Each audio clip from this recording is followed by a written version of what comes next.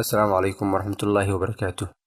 Ma doonin inaan ka hadlo arrintii Sufyaan Sheekh, ninkii afar xaaslaha ahaa, ama ninka hadda baraha bulshada qabsaday saddex xaaslaha.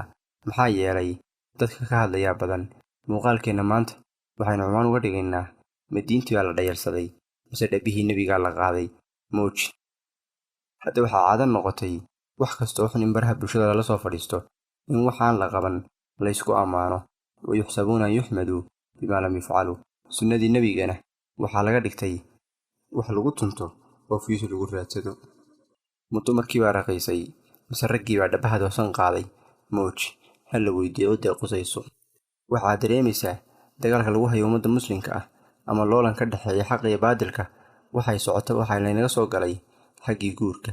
Haddaan la iska gaadhin waxaa soo socota in la keeno nin odhan doona 5 naagood ayaan bilaa guur ku qabaa, ama inantayda ayaa wax ka dayaa.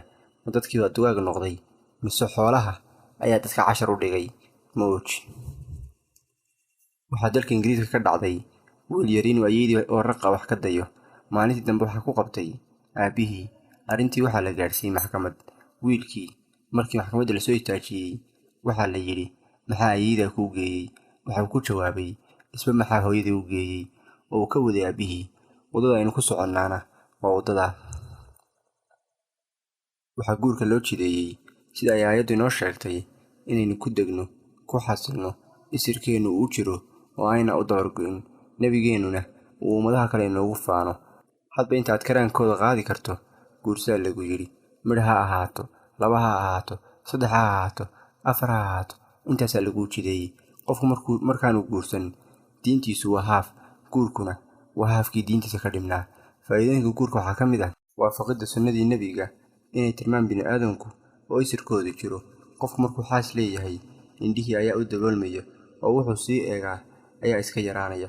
Soomaali ahaanna marka uu guri galo ayuu indhaindhayn bilaabaaba. Maahmaah caanana waynu leenahay, dhadhamiyaa waalay, dhergaano ka daran baynu dhahnaa. Waxaa ku dardargelaya jacaylkii, isjeclaanshihii, wadajooggii. waxaad dhalaysaa wiilkii kuu soo ducayn lahaa haddaad dhimato, ama inantii haddaad si fiican u koriso aad ku janno tegi lahayd. Waxaan ku soo afmeeraynaa muuqaalkeenna maanta gabay ku tusinaya qiimuhu lahaa guurku. Guurkeennu midguu lahaa, macniyo qiimuu lahaa, miisaan weyn buu lahaa.